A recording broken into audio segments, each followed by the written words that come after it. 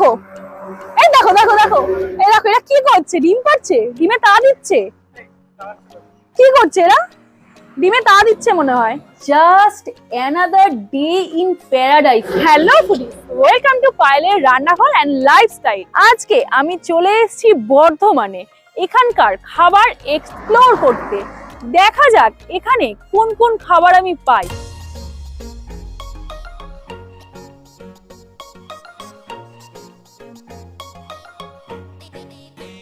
এইরকম হচ্ছে ঠিক অ্যাম্বিয়েন্সটা রেস্টুরেন্টের।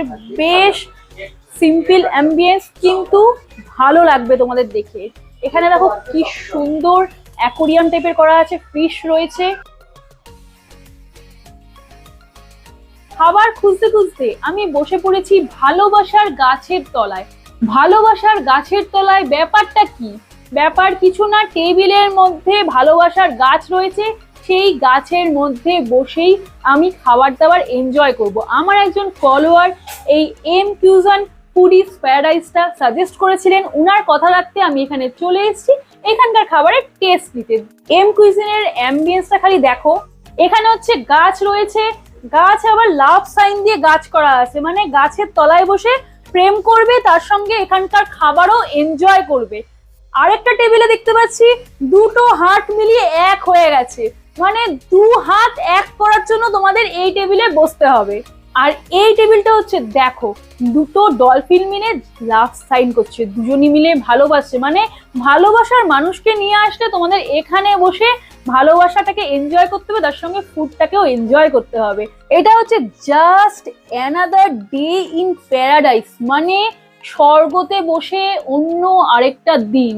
এক একটা থিম কিন্তু এক এক রকম, বেশ ভালো। এইরকম টেবিলের মধ্যে এরকম লাইটিং দিয়ে লেখা বা এরকম ডিজাইন করা আমার কিন্তু বেশ ভালো লাগলো। এখানে আমি নিয়ে নিয়েছি এমকুইজিনের দেশি ধামাকা পিজা, 10 ইঞ্চির পিজা। এর দাম কিন্তু 170 টাকা, পুরো চিজে মাখামাখি করে দিয়েছে। আর ওপরে ক্যাপসিকাম রয়েছে, পেঁয়াজ রয়েছে, টমেটো রয়েছে, তার সঙ্গে চিকেনের টিক্কা পিসেস রয়েছে, সঙ্গে মাশরুম রয়েছে, চিলি ফ্লেক্স রয়েছে, অরিগানো রয়েছে। এবার টেস্ট করে দেখা যাক কেমন খেতে। দেখে তো লোভ লাগছে। ওনাদের কিন্তু এটা বেশ তার নিজস্ব তৈরি, পুরো চিজে না মাখামাখি করে দিয়েছে। ওয়াও, চিজটা দেখো খালি, জাস্ট দেখো।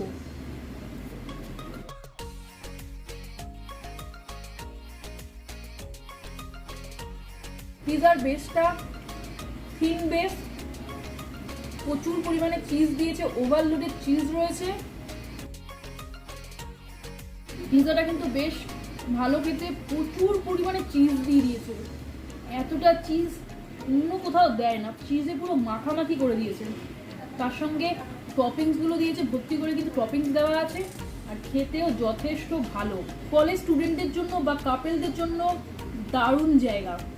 অ্যাটমসফিয়ারটাও দারুণ, খাবারের কোয়ালিটিও বেশ ভালো, আর খাবারগুলো খেতেও যথেষ্ট ভালো। পিজা খাওয়ার পরে শেষ পাতে আমাদের বানিয়ে দেন একটু মিষ্টি খুঁজি আমরা।